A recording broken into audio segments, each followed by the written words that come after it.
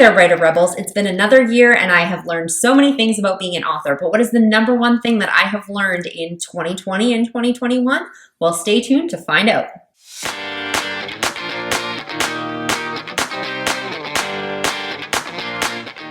Hey there, everyone. It's me, Scarlett Kol, young adult author, YouTuber, and storyteller, and I am back today to talk about my number one lesson from 2020-2021. So why am I doing this right now? Because it is my birthday. Yes, I am actually filming this on my birthday. By the time you see it, it will have passed, but I wanted to talk about what the number one thing is that I have learned in the past year.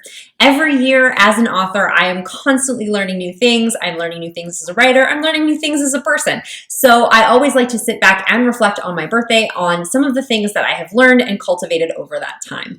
This year, I have come up with my number one thing that I've learned, which I'm going to be sharing with you shortly. But before we get into that, I did want to say thank you so much to everybody who keeps coming back to my channel and all of my fabulous subscribers out there. I really appreciate you coming back week after week to watch my videos. And if you're not a subscriber, it's an easy thing to do. Just hit that subscription bar and the notification bell below this video. And while you're down there, make sure you're hitting the thumbs up to let YouTube know this is something worth watching. I typically put out videos on Thursdays, but I do put out an occasional extra video here and there. So if you're into content that talks about writing and publishing, then take a look around and maybe stay for a while. We'd love to have you. All right, so 2020-2021 has been a very difficult year for a lot of people. It's been very hard creatively, especially in dealing with the global circumstances as they are. So there were actually a lot of lessons that I picked up as a writer and as an author, a lot of them relating to my creativity and how I write and all of those sorts of things. However, the one thing that I've probably learned the most in the last year is that the author life is not linear. So what the heck does that mean? What I mean by the author's life not being linear is in two stages. One is the writing process itself, and secondly, it is the publishing process. So let me unpack that a little bit. The first thing is about the writing process. Remember when you were back as a baby author? Maybe you are a baby author right now, or you're working on your first book, or you're thinking about your first book. And while you're doing that, you're constantly thinking to yourself probably about how long it's taking you to write this book, put everything together, and to learn the things that you need to learn. As you start writing books, you keep telling yourself, it's going to get faster, it's going to get better, it's going to get easier as I progress as an author. Well, this statement is both true and false. In a linear pattern, that is what would happen. You would get better, you would get faster, and it would get easier as you were to go along. However, sometimes it is and sometimes it's not. My first few books took a long time. I didn't really know what I was doing. I wasn't even sure if I was going the publishing route. So I took a long time to write those books. However, the books that came after that did come a little bit quicker. And I do have to say, I'm not taking 10 years to write a book anymore, which is a vast improvement. However, it doesn't necessarily mean that every book I write gets faster. Some of the books I write do come out like water, very quickly, very easily, very cleanly, and I don't have a lot of problems with them. However, I also still have books like the last book that I wrote that took me a lot of time and a lot of tweaking to make that book work. So just because I'm getting better as a writer does not necessarily mean that my projects are going to take me less time, nor are they going to be easier for me to handle. The other thing that plays into this is just because I know better, it sometimes makes things harder for me. When I'm trying to draft now, I know when I'm writing really, really bad prose. So I don't want to do that in my first draft sometimes, and I have a hard time convincing myself to move on from a passage that I'm working on because I know that the writing is not there. Even if it is just a first draft, it's hard to keep me moving forward. Some people are really good at that and can compartmentalize that side of the brain that just says it's not going to be great and that's okay. But for me, sometimes if I know something is really, really not great, I can't move on until that has been corrected. Plus, when you're writing further books, you also have those other voices in your head. You have readers who are reading your books, who have opinions. You've read reviews. If you are writing in series, you might have those things in your head about what your readers are expecting from your series. Maybe they've been talking about it online. Maybe they have their own speculations as to how that's going to work. So now your writing process is going to be plagued a little bit by those other opinions and other voices other than just your own. So this is what makes the author process not linear. It kind of goes up and down and all around. And for some people, it will get faster and better with every single book. But to most writers that I've ever talked to, there's at least a book here and there that bucks the trend and is going to be a little bit more difficult, or in reverse, could be so much faster than all of your other books, and you're not able to replicate that speed another time when you're working on another project, which can be a little bit frustrating. So knowing as a writer and as an author that every book is going to be individual and every book is going to be different will make your life a whole lot easier, because you aren't going in with set expectations. If you get a good system in place, you probably do get to a point where you can really feel and know how quickly a book is going to come together or whether it's not. But there is still probably going to be those books periodically that take a little bit more work than you anticipated, or a little bit less. The second thing that isn't linear in the author process is the publishing process itself. So when we published, we kind of usually have this dream that the more books that we put out, the more successful we're going to be. That our last book is going to be the best book that we've put out, and that everybody is going to love our work more and more and more and more down the line.